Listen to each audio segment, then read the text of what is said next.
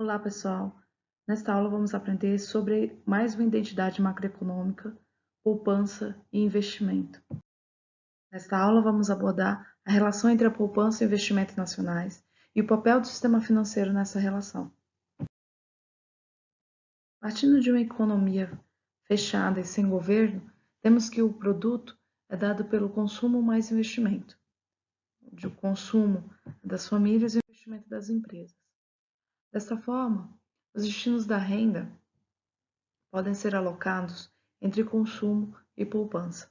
As famílias então vão decidir que parcela da renda irão destinar a consumo e qual parcela da renda irão destinar à poupança, aplicando em ativos no mercado financeiro.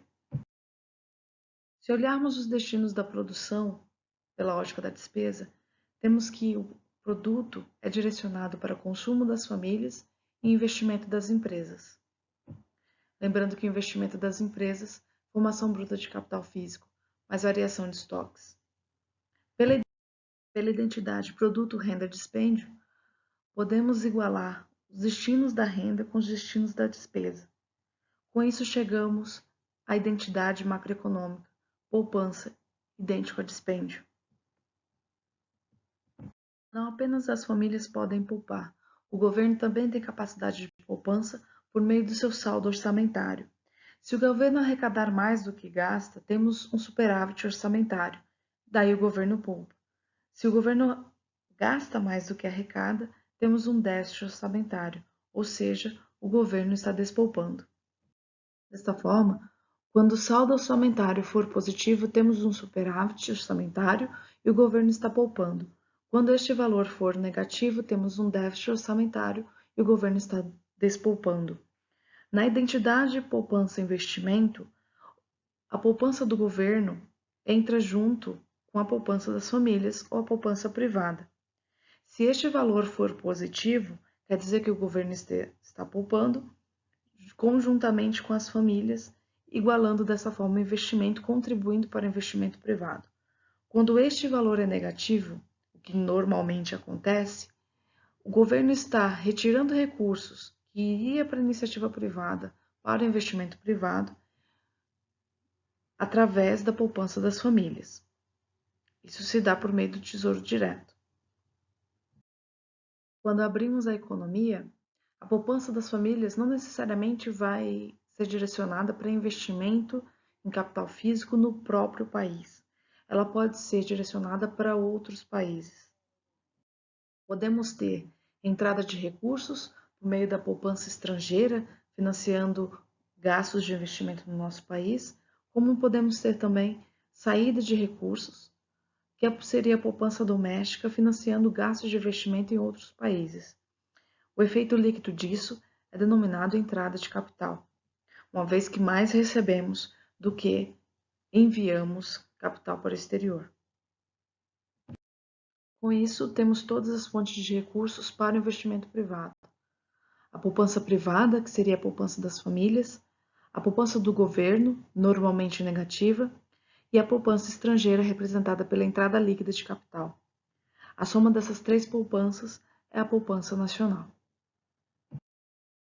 O mercado financeiro é o local onde as famílias aplicam sua poupança comprando ativos, sejam eles ativos financeiros ou físicos. Os ativos financeiros seriam aqueles papéis ou títulos que dão direito a uma renda futura.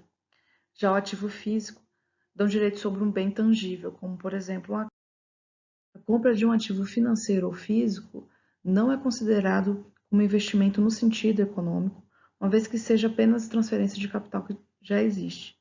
Lembrando que o investimento é formação bruta de capital físico mais variação de estoques pelas empresas.